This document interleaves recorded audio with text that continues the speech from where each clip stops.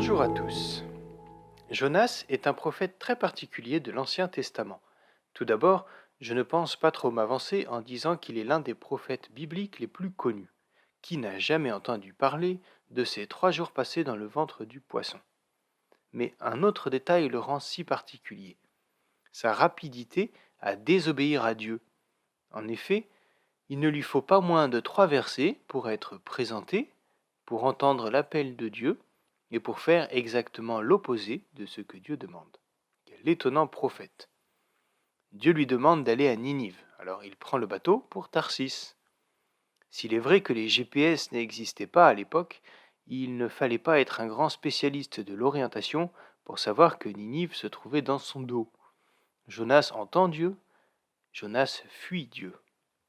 Il faut savoir qu'à cette époque, les dieux étaient vus comme étant territoriaux. Il y avait des dieux d'Égypte ou de Babylone, il y avait aussi le Dieu d'Israël. Et dans la pensée collective, quitter la terre d'Israël permettait donc de se soustraire à l'autorité de Dieu. Après tout, n'a-t-il pas sa maison à Jérusalem, dans le temple? De plus, le fait pour Jonas de prendre le bateau est tout sauf anodin. Les Hébreux n'ont jamais été de grands navigateurs. Pour ce peuple, la mer fait peur. Elle fait d'ailleurs d'autant plus peur que, vu d'Israël, le soleil plonge chaque soir dans la Méditerranée. Pour les Hébreux, la mer est un lieu de mort, l'opposé de la vie. Alors Jonas fuit Dieu en prenant le bateau. Il fuit Dieu en allant là où se trouve la mort. Il le dira d'ailleurs à plusieurs reprises au chapitre 4, la mort m'est préférable à la vie. Mais pourquoi Jonas fuit-il? Il semble qu'il y ait quelque chose d'intolérable dans la demande de Dieu. Car Jonas est spécifique aussi par le fait qu'il s'agit du seul prophète de l'Ancien Testament appelé à aller ouvertement prêcher un peuple non juif. Il dit que les habitants de Ninive sont violents et idolâtres. Mais a-t-il réellement porté un regard critique sur l'histoire du peuple hébreu?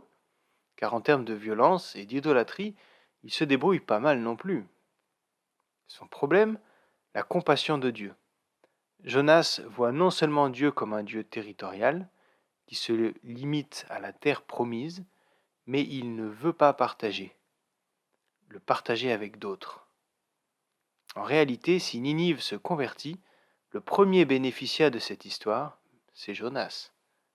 Mes amis, prenons garde à ne pas enfermer Dieu dans l'idée que nous nous en faisons. Dieu dépasse toute conception humaine, mais l'histoire de Jonas ainsi que celle de Jésus d'ailleurs nous montre que Dieu aime tout le monde. Mais l'accepterons-nous? Bonne journée à vous.